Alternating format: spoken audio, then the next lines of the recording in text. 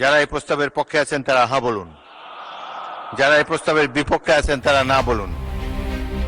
৭-৫ বুঝিয়ে জামায়াত মোলা বিক্রি করে আওয়ামী লীগের রাজনীতি শেষ করে দিল বিএনপি। ভোটের আগে আওয়ামী লীগের ভোটের প্রয়োজন হলেও এবার আওয়ামী লীগকে আস্থা করে নিক্ষেপ করল বিএনপি। এবার সন্ত্রাস বিরোধী আইনে আওয়ামী লীগকে নিষিদ্ধ করে বিল পাশ করেছে বিএনপি। বুধবার ৮ এপ্রিল দুপুর 12:15টার দিকে জাতীয় সংসদে বিলটি কণ্ঠ ভোটে পাশ হয়। এর মধ্য দিয়ে পূর্বে জারি করা নিষেধাজ্ঞাকে আইনগত ভিত্তি দিল বিএনপি।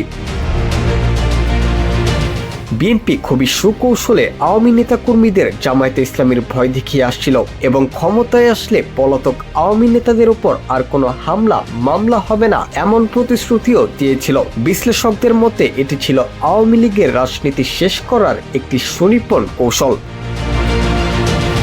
এর আগে 2025 সালের 12 মে স্বরাষ্ট্র মন্ত্রণালয় প্রজ্ঞাপন জারি করে আওয়ামী লীগ এবং এর অঙ্গ ও সহযোগী সংগঠনের সব কার্যক্রম নিষিদ্ধ ঘোষণা করেছিল।